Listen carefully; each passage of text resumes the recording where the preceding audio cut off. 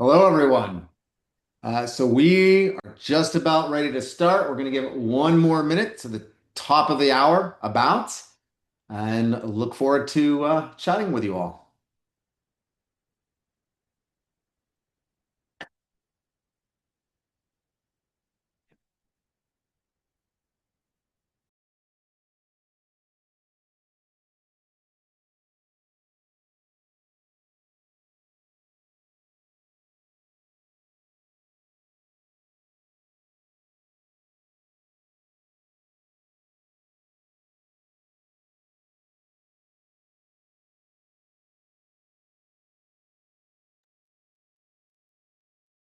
Okay. Welcome everyone. Very excited to have you join us in this joint webcast between Confluent and SOC Prime. Today, we're going to be talking about a really new and exciting technology built by SOC Prime that has taken the most powerful data processing platforms available and applied it for real-time detections and the optimization of security and observability data pipelines. My friend Andre and I will talk about the problems that we've seen in the trenches and why we've collaborated on DetectFlow. And then Andre is going to demonstrate DetectFlow in action. And then hopefully we'll have some time at the end to take questions live. But feel free to post questions throughout in the chat as we have two expert resources that will be available to sort of answer them directly in the chat. So my name is Will Forrest. I'm Global Field CTO at Confluent, the data streaming company. I've been here for 9 years, and I would say that some of the most important and rewarding projects that I've worked on has really been helping customers improve security outcomes with faster detections, faster remediations, but also in the same process, helping them to realize anywhere between 60 to 80% cost reductions. In some cases, I've seen eight-figure savings, which is which is a lot, right? Andre, can you introduce yourself? Absolutely. Thank you, Will, for setting up the stage and pleasure to be with you today. Hello, everyone. My name is Andre. I'm CEO and founder of SOCPrime. I spent most of my career in cyber, focused on detection area specifically. That's what I do for the last 20 years. That's how I met Will, and that's how we came up with the idea of creating DetectFlow powered by Confluent. As yeah, essentially it overcomes all the limits I ever encountered with working with different SIEMs. And yeah, in 20 years, I worked with quite a few. So in my first career, even before SOCPrime, I was writing parsers and rules and trying to filter data and trying to fit into the EPS and gigabyte per day models, into the CISO's budget. And it was always endless quest. So that's how I started SOCPrime. But yeah, I feel like today we just want to present how we got much closer to solving what seemed to me insolvable for so many years and the pain points which I observed my entire career. So happy to be here today. Happy to answer any questions and, of course, do the demo. And back to you, Will. Okay, fantastic. So, for those of you who are battling cyber criminals on a daily basis, like Andre, you probably don't need me or these numbers to drive home the size of the challenge facing security professionals. But for me, this is why I care so much about this topic and why I've invested so much time in partnering with SOC Prime in the creation of the DetectFlow project. Now, there are plenty of different data points out there that talk about sort of damages and cybersecurity challenges, but I like the way that Cybersecurity Ventures put this into perspective. They estimated that cybercrime reached 10.5 trillion in 2025, up from 3 trillion in 2015. And this means that if cyber criminals formed a nation, it would have the third highest GDP in the world after the US and China. Like that is astounding, right? And really, we've only seen the very beginning of the AI impact on cybercrime. Like we just scratched the surface. So this is only going to become more challenging.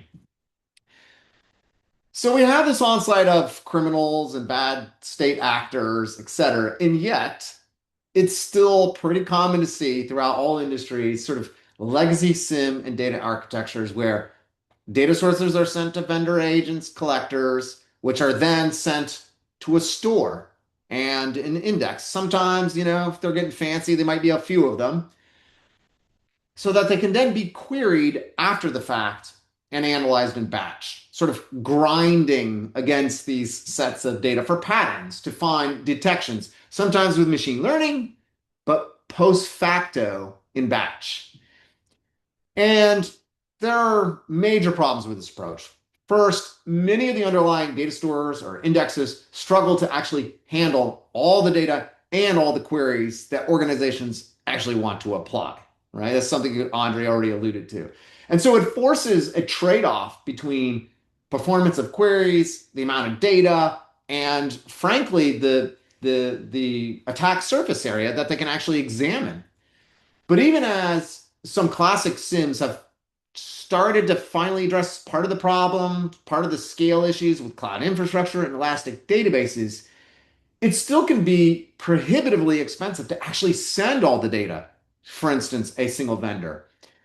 The second is that while query response and batch approaches can be extremely effective at forensic analysis, it's just too slow at scale for numerous challenges.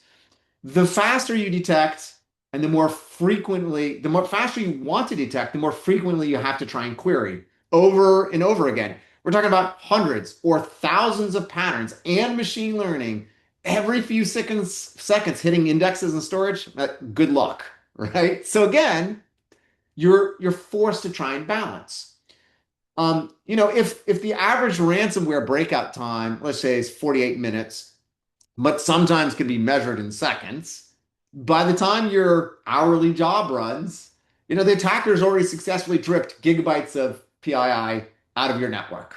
And this is just one of countless examples where continuous in real-time detection and remediation is needed.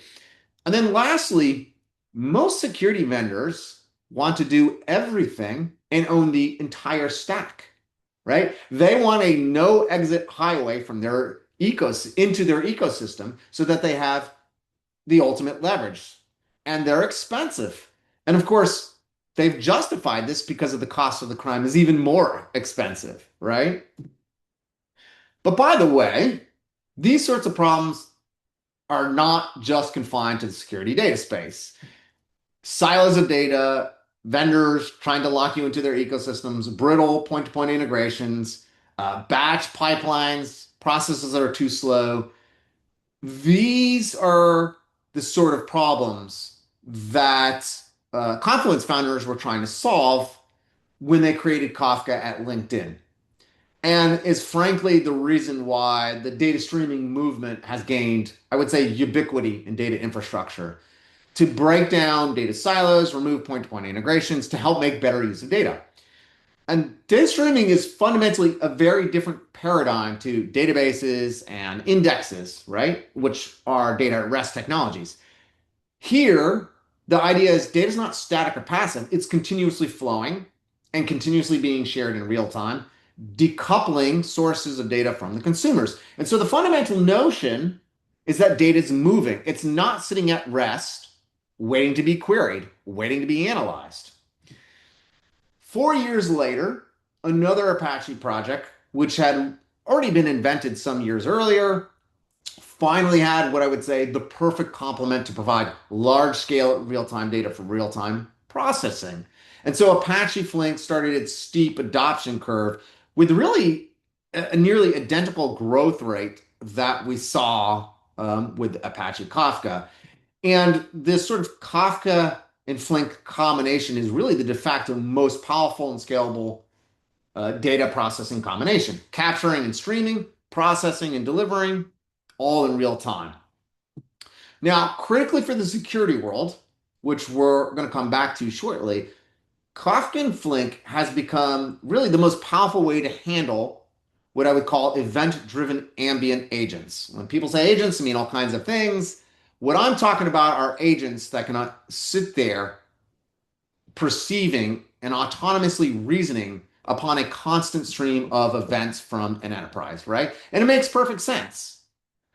Flink agents with a couple lines of SQL code or a couple lines of Python allow you to sit on streams of events, any kind, and reason, investigate, and act on the events by calling your favorite models, accessing real-time context, able to select and call tools, and then emit the results for other agents. So if you think about multi-agent systems, what's the best way to couple these together or decouple these and allow them to scale? It's an event-driven approach, right? And this open source capability built on Flink was co-developed by Confluent and Alibaba, who is doing incredible things at massive, massive scale with agents. Now, everyone in the security space knows, I'm sure, that you can't just feed, all these events that you're capturing to an agent.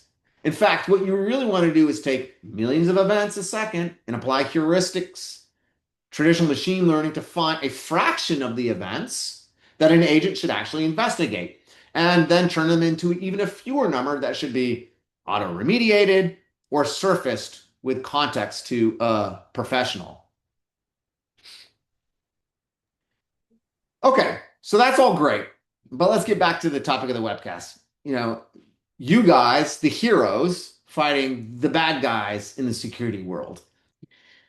So, in contrast with the legacy architecture that I showed, to start with, modern security platforms have adopted data streaming technologies, and now they look something like this, right?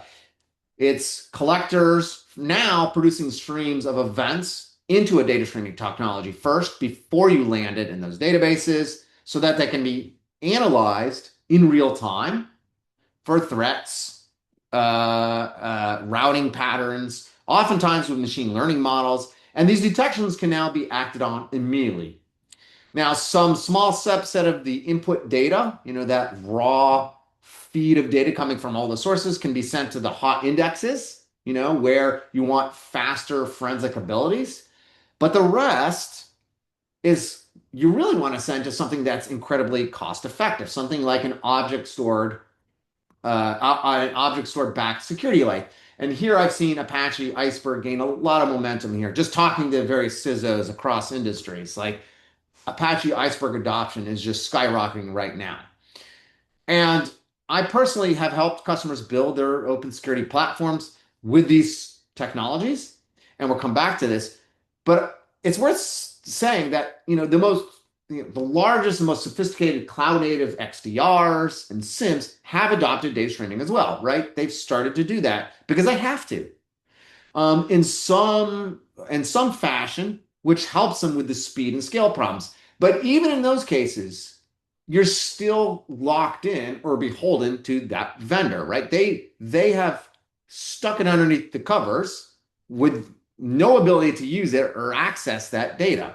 So not only is data streaming and stream processing faster at finding and acting on detections, but working on a continuous stream of data of these time-stamped events enables you to tackle problems that are incredibly difficult or computationally prohibitive to do, with your traditional SIEM. Suppose you're a security professional sitting on your SIEM and you want to set it up so that you get an alert anytime there are 10, let's just say 10 failed logins from any IP in any rolling 5-minute window.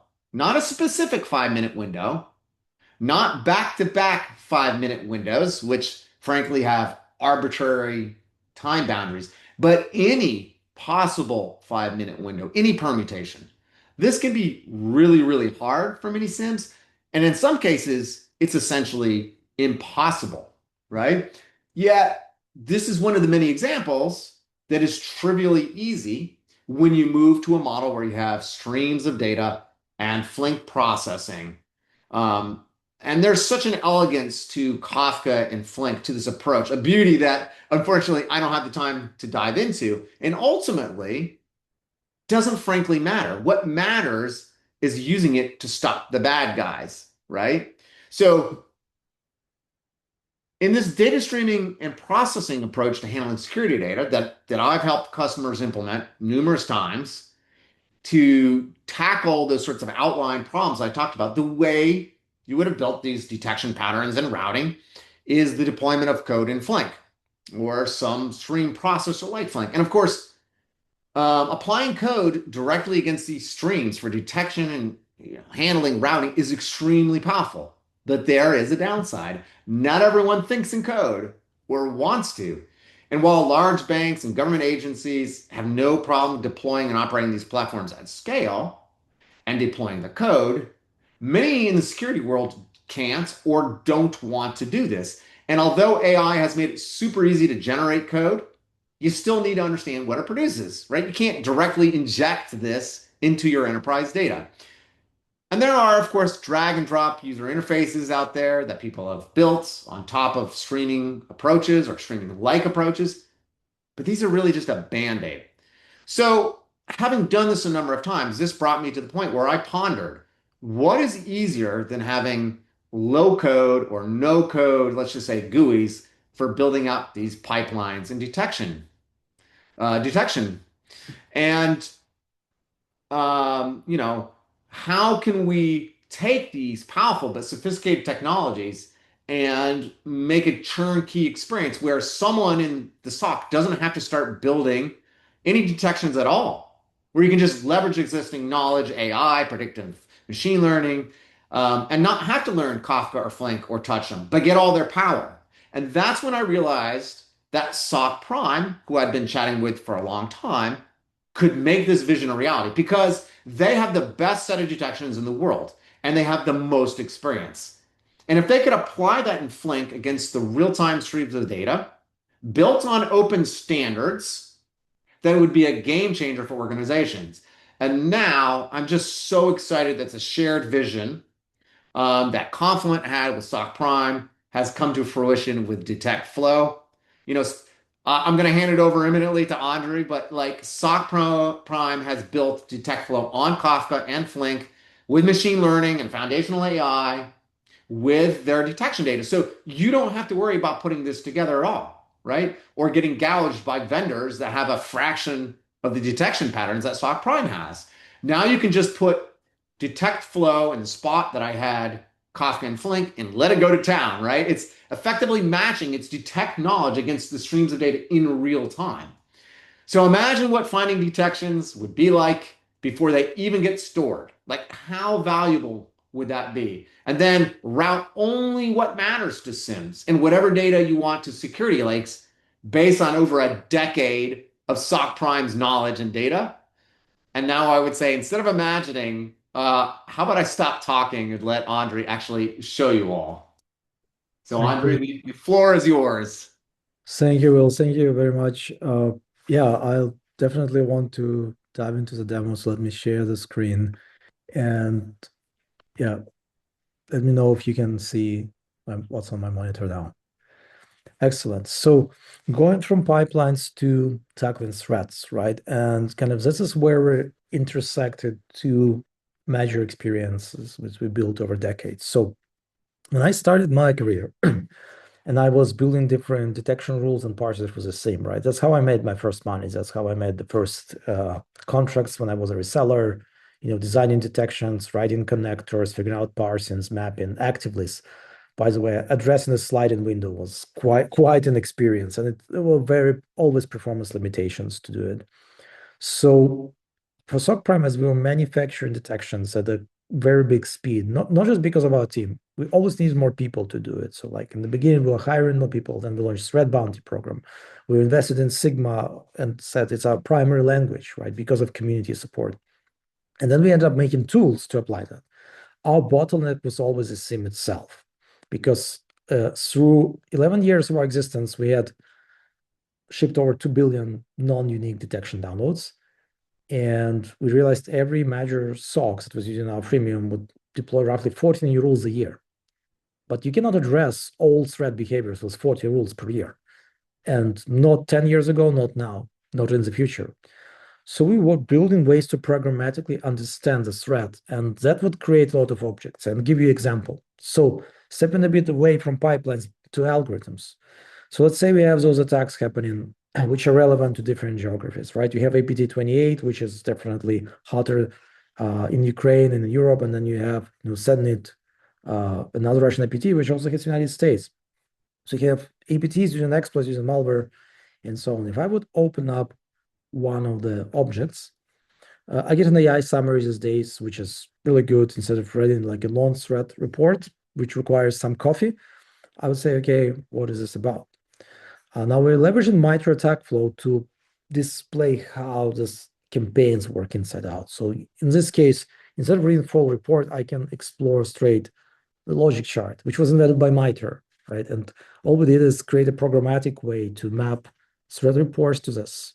So it creates a chain of how things should occur, right? Like before you have command and control, which is most people use for forensics, there is file download, there is execution, right? There is different techniques used stitch attack together. In this case, I say different because reading all of them right now live would probably take some time. So essentially, every method follows another method, right? You have an exploitation, then you have an execution, then you have a stage one download, stage two download, lateral movement, all of this.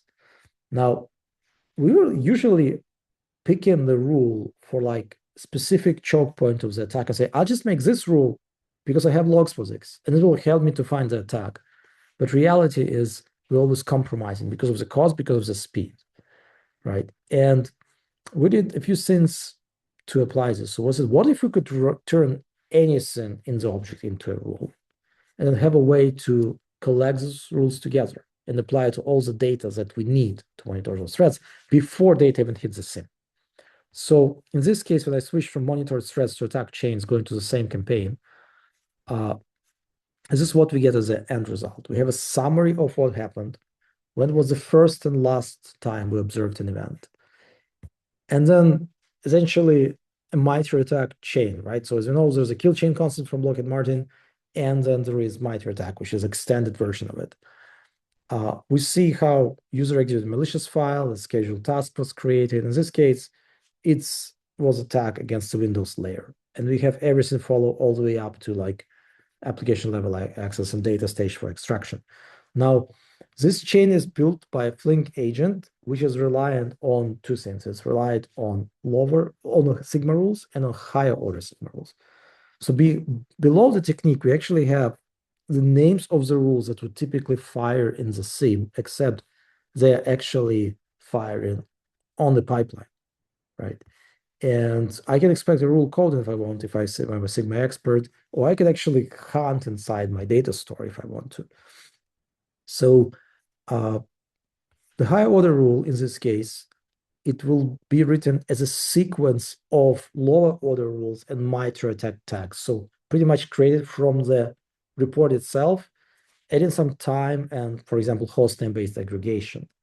This will form a signal to an agent to act and then go back to the lower level events, which are still tagged. So where is the tagging happening? Tagging is happening inside the pipelines.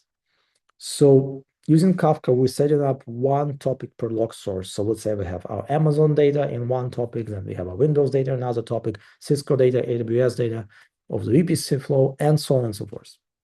And then as we configure this, we are attaching repositories of Sigma rules to the event. So for example, for our Windows logs, we have 1,100 rules, right? If I would click here, I could see are those rules generating any matches? And I see there are only 12 rules out of 1,100 actually matching, which is good. They're still sitting there, but let's say if an attack would happen, this match will increase.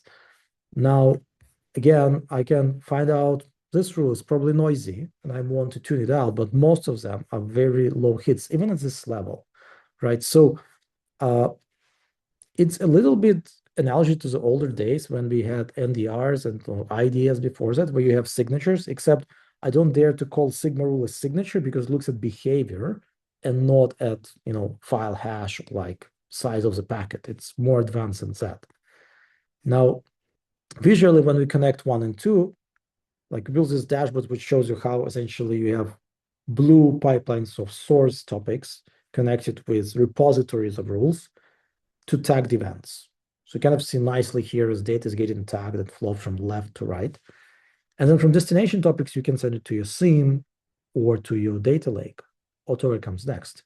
Except in our case, we're actually sending it to an agent. So Flink agent is picking up tagged events, picking up the correlation. And then here we're actually looking for what is the time window we want to correlate on, what is a threshold to form a chain, like how many techniques and sequences need to be combined for us to generate an alert, and in any number of topics.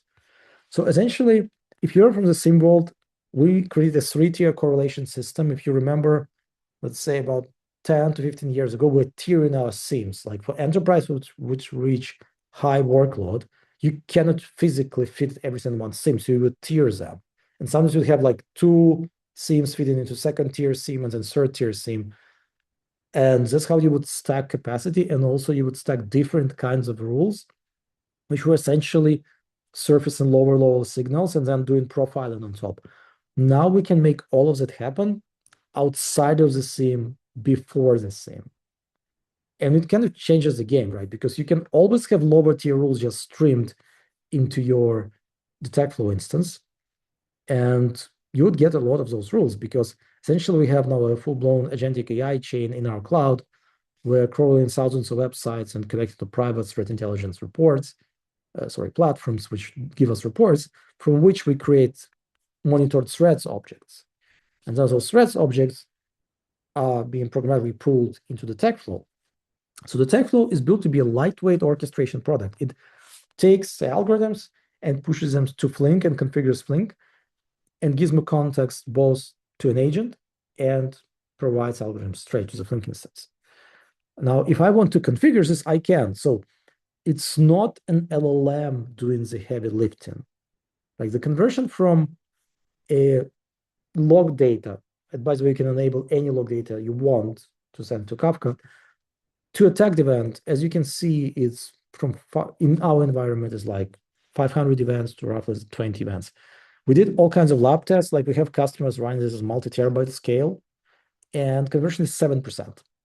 7% is not an alert, it's still a tag data. But once we apply the high order sigma rule, we slice it by another 3 orders of magnitudes.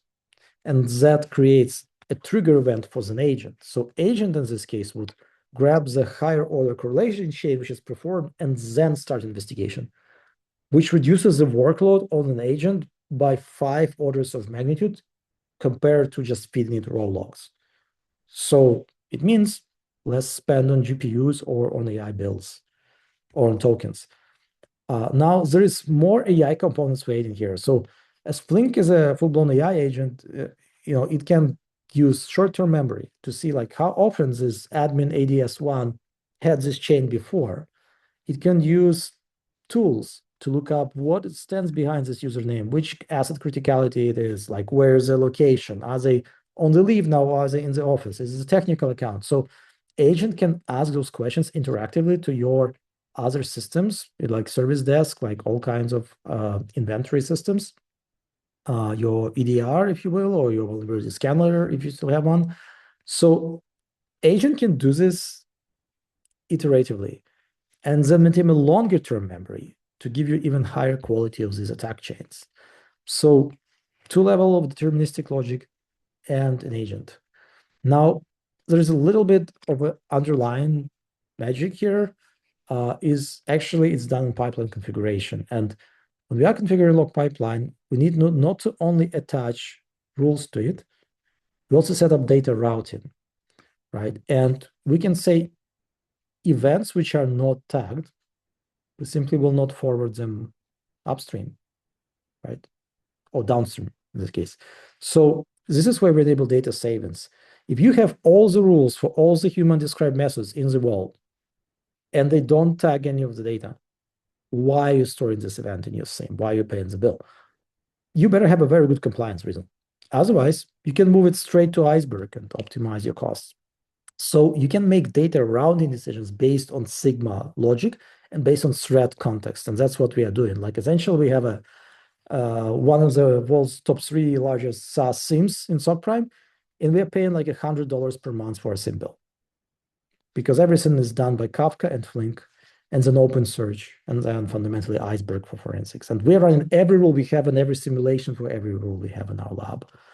By the way, you can also apply filters here. So if you have a SIEM and you've done the hard work of detection engineering, refining your rule, you could take those filters and using privately run LLMs, even locally run LLMs, pour those filters into YAML and apply them straight to the pipeline. Another creative use of LLM we have here is that when I am importing all those rules, and I'll resume that in a second, we also need to normalize data. And normalization can be done at log source level, again, leveraging Power Flink. So in this case, I picked Cisco Firewall on purpose, like to scare you with a large parser. So I had first-hand experience creating 50 ArcSight Flex connectors and a couple of Curator log extenders. I don't do that anymore for 12 years since I founded SOCPREP. But essentially, we're sitting there and getting all the rejects patterns to make sure you don't miss any log patterns. It takes time. And once you figure out the log structure, then it becomes routine. So I believe I've done my fair part of it. And we can now move this to Kafka and Flink. The easy part is you don't need to write very complicated things. Like this is not complicated. Like open up one of the first generation SIEM connectors and you understand what I mean. When you run tests, you actually pull in events straight from Kafka topic, let's say 10 last events which match this pattern. And maybe I'll forget something here, maybe not. In this case, I did not have those events. So let me actually go back to a topic which, like Windows always is chatty and it's probably the most complicated. If you have figured out Windows login and rules, you'll figure out the rest. In Windows, there's just a parse JSON function here. So much easier than before. We're going to pull some events, and then in order for rule logic to apply, events need to be normalized. So somebody somewhere needs to turn this into normalized text. And that's where 99% of detections break, because most companies have no time to maintain normalization. Most vendors lag behind on the SIEM side, and almost manufacturers change their login format all the time. Like I remember around 2017 or 18 when Checkpoint changed their login structure. Like we made a lot of, mandates in services after that, fixing parsers for so many customers. And probably all people who are in the side business did. I can So I can attest to this, by the way. I mean, this sounds trivial, but this is like, in my experience, one of the biggest challenges when you've deployed these systems is just dealing with A, just the variety of sources and their schemas, and B, the schema drift, right, is extraordinarily difficult. So this is a hugely valuable. uh, I have some customers where like, if you want to maintain all the fields neatly parsed, this is good. But in reality, there's like 10 to 30 fields which are super critical for investigation. And even those usually are overlooked. Like we have organizations where a critical field, let's say like command line, it's drifting across 5 or 10 fields across the installation. And to change that, they need to call back the teams that implemented the same consultants. And it's just, unless they have a person in-house, and usually that person has a big backlog. So this can be now done at the pipeline level, which is critical to apply detections.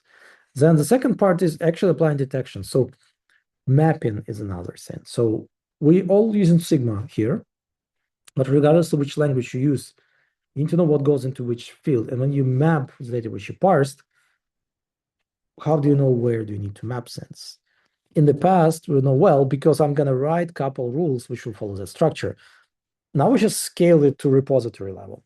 So I can select repositories where I have all the rules, and there can be thousands of them, and then use AI to generate mapping. Because even like small local models, like I really recommend like Gemma 4, which just dropped like 3 weeks ago by Google. It's an amazing model.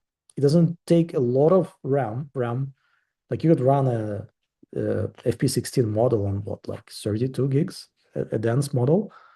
It will do a perfect job of doing tokenization. So what I mean, it will take structure of your rules, it will capture a sample of your data locally and generate a mapping file for you, right? If you're in this protected environment, you can operate it locally. If you leverage SaaS, like we have a SOC 2 Type 2 SaaS and SOC Prem, which is run on AWS, you could use our API. And depending on the regulations, you may or may not be able to do that, but then you can do local. So Once the generation finishes, you'll have a nice YAML file, which is, if you're deep in the subject, it will look nice to you. If you're not, just here's the AI generated YAML file, which correctly maps data. And then you can run a test, and then data on the right will be remapped on the correct sequence. So it's one of those neat little things which actually makes entire difference. Because if you didn't do the mapping and parsing, rules will never hit, agent will never start. And same goes happens with in SIEMs these days. So yeah, and just to give you a scale of the task, like this is a DetectFlow, I would say small installation. So all repositories combined here have more than 8,500 detections in them. And we have like indicator-based rules, only 251 out of that. We have 239 rules for CloudTrail. We have rules specifically for CERT Ukraine investigating threats. We have 150 DNS rules, 31 G Suite rules. So this is not entirety of SOC Prime library. These are just rules we decided to use here. And the more the merrier. So if there are rules written by SOC Prime, great.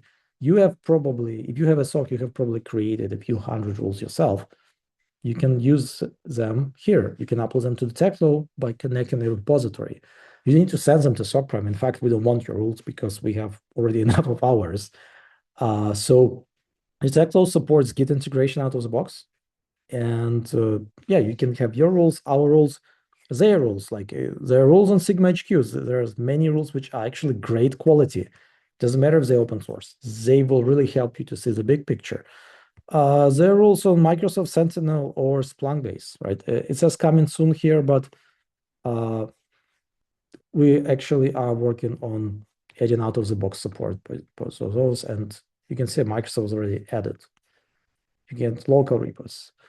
If rules are written in different languages, they actually have a tool to translate them. So turning SPL or KQL or whatever XQL into Sigma is not right now as easy as click of the button. Most of that is even done without AI. AI only steps in to analyze complex things like pipe operators. And if you're doing three-tier correlation, you don't need pipe operators. You have first order rules and second order rules take care of those advanced chains. So, Andre, can I just make a comment, hmm? which for me was a huge epiphany moment, and that is that when you're moving to an architecture that's using best of breed technologies, you're using whatever, SIM you want to use, you're using DetectFlow, you have Iceberg. One of the traditional problems that you had was how do you work with the data in three or four different platforms that all have their own query and that only have their own languages, right? And that was a huge barrier to adopting best of breed technologies. This is why I made it easy. Like I just one vendor, one language. I'm happy. I'll just shovel lots of money at them. It's too hard to try and adopt these. The big unlock here is Sigma and what SOC Prime has done. Because now essentially I have my rules, my patterns, and I can apply them in any layer I want to. The same set of rules that you're using to find detections in real time in Flink with DetectFlow are the same rules that you can use forensically against your SIM or forensically against Iceberg. And that is incredibly powerful. It just was so hard to stitch these things together before. And now you have one language no matter where your data is sitting. Thank you, Will. Yeah, that's why when I saw Sigma back in 2017, I was like, guys, this is it, right? That's what we need to do. We need to make sure we support as many translations from Sigma to specific languages, because everybody was thinking we're just going from Sigma to IBM to Sigma to Splunk. But we always knew once we reach certain points, we can go bidirectionally. And LLMs have kind of opened the floodgate there because you can't directly translate one-to-one languages, but you can document them with an LLM and then generate. And we reached a point in AI evolution where generation works very well, even in open source models. Like, of course, Claude and Gemini will do a fantastic job, but so will Gemma 4, so will GPT-OSS. So yeah, this is an inflection point. So you can, if you have a SIM today and you spend significant amount of your time or your company's budget writing those 500 master queries for Splunk, guess what? You created your unique IP, which you can now port to other systems. You translate them into Sigma, you put them in the pipeline into lower order rules or higher other rules. And you can get more rules into a Splunk if you want to, because you probably are limited in how many searches you can run. You could have rules you made in CrowdStrike. You could actually have your data correlated at different agents. So there is many ways how you can orchestrate your SOC now uh, by using DetectFlow. And there's a question in chat I could comment in voice. So there was a question about data privacy and ability to kind of work with sensitive data and maybe pseudo-anonymize the personal data. So DetectFlow is an orchestration product. Data does not go through DetectFlow. Data remains in your Kafka topics and is processed by Flink. So if you have this environment where you're already using Kafka and Flink, Alien DetectFlow will provision configurations to Flink and Kafka. So it will not have exposure to the data, except if you're doing this diagnostic calls, which will read some of those events, right? So that's the only portion where we're temporarily pulling in maybe 10 events into the platform. Or alternatively, if you're not already running Kafka and Flink, it's no problem because that part of DetectFlow can run in your own VPC. Again, the data doesn't go or your own infrastructure. The data doesn't go outside of that. As well as there's the ability to have PII encryption or obfuscation in the pipeline itself. So all these ways is how you deal with that sort of problem. Absolutely. And there's also some things agents can do, right? So like in here, we have agent surface and username, but we could instruct it not to do it. We may just not parse out the username if it's not needed for our pipeline. So like if you don't need this data, don't parse it. Uh, yeah, but this is something we're looking into. So as iCloud is a relatively young product, we're looking into more and more customer feedback and use cases. And definitely there are those cases where like part of the log lines need to be pseudo-anonymized or even encrypted. We'll just build integrations into whatever is used there. So most of the time to identify malicious payload, we don't need sensitive data, like command lines are not PAI, unless somebody put PAI in command line. But malicious command lines do not have PAI. Andre, can you, for the audience, as as everyone's gathered, like we're very passionate about sort of open standards, open source projects. Can you talk a little bit about, I'm excited that there's an open source DetectFlow project, which you're going to now. And then also, of course, there's an enterprise version. Can you speak a little bit about that? Absolutely will. So yeah, when we were thinking of building the tech flow, we look at the stack we're going to use, and the stack was Confluent, Kafka, and Flink, which is also Apache, Kafka, and Flink, right? So we said, okay, if we want to really be true to a community, we will open source the core of the tech flow. So like 95% of the code of the tech flow is on GitHub. Right? The parts which are not are specific to production enterprise use, like multi-user system, like audit trail and things like that. So like those essentially we're not gating defense functionality, and license is permissive to use it for academia and research purposes, for nonprofit purposes. Uh, it is only restricting you for commercial use, which is, we're a business. We have commercial license for that, and likely you would need customization, integrations, and support.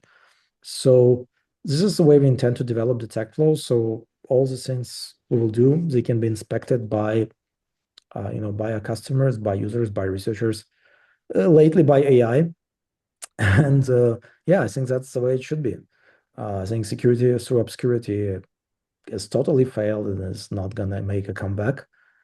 And yeah, that's why the tech flow is open and Sigma is open as well, right? You can find Sigma on GitHub. And today, I mean, I posted this on LinkedIn, but we'll be doing more of this, where we are high order Sigma rules are also, it's an implementation of Sigma rules in certain ways. So it's also open source and like the samples are already out there and published. So yeah, that's what we believe in SOC Prime. I think that, if we are the good guys and fighting the bad guys, yeah, we need to make sure every part of our stack can be inspected by the good guys so they know how it works, how to defend it, how to customize it. So yeah.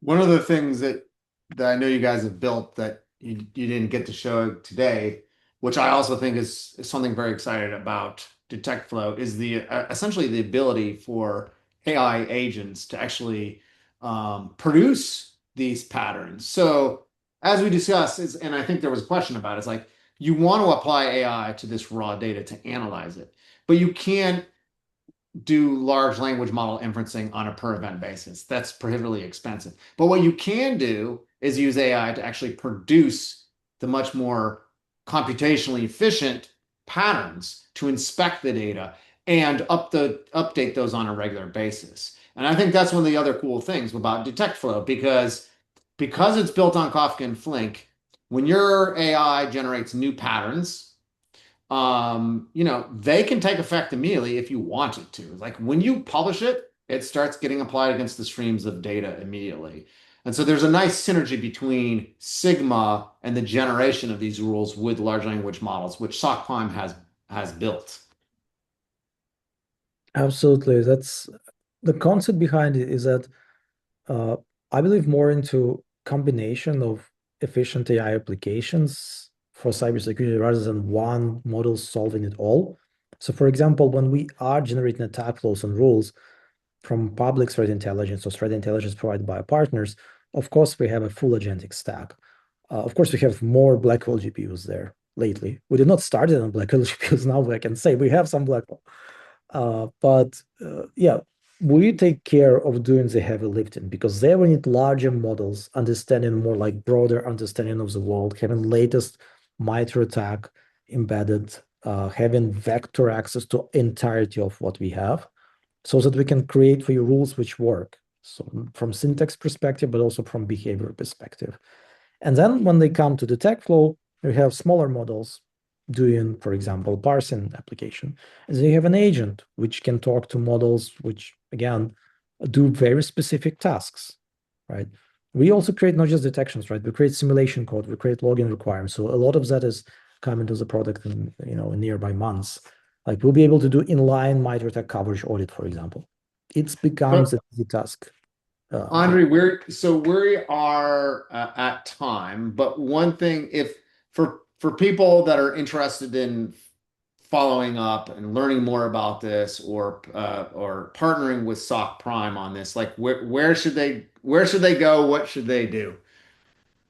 So I would, of course, ask first to go to GitHub and try it for yourself. Otherwise, on subprime.com, if you arrive there, you'll be greeted with the TechFlow page and let's do business button, which essentially assigns you to a meeting. Oh, it will also invite you to a webinar we are running now. Hi. So we close the loop. But yes, we're quite easy to get in touch with. Find us on GitHub, find us on Discord, on LinkedIn, and we'll be ready to host a private session with you. And yeah, if you want to take it for a spin, it's on GitHub. It's on Docker Marketplace as well. So yeah, give it a try, and then we'd be happy to speak with you privately what we know from our best customers who run multi-terabyte workloads through this. And yeah, it's actually changing the way we can orchestrate a SOC. I'm really grateful for the opportunity to speak with you about it. And today is a special day because we do a remote webcast for the world, but we also just had an event with IBM in Kiev where we spoke to Ukrainian audience about this. And let's just say we get quite a lot of feedback, quite a lot of questions, and quite a lot of interest. I bet you guys are really on the front lines there. So thank you for everything that you've done. So this was amazing. Thank you everyone for attending. Hopefully we have the opportunity to help you fight the bad guys, and do it much more cost effectively too. Look forward to chatting with you all in the future. Thanks, Andre. Thank you, Will. Thank you, everybody, for your time, and be in touch. Bye.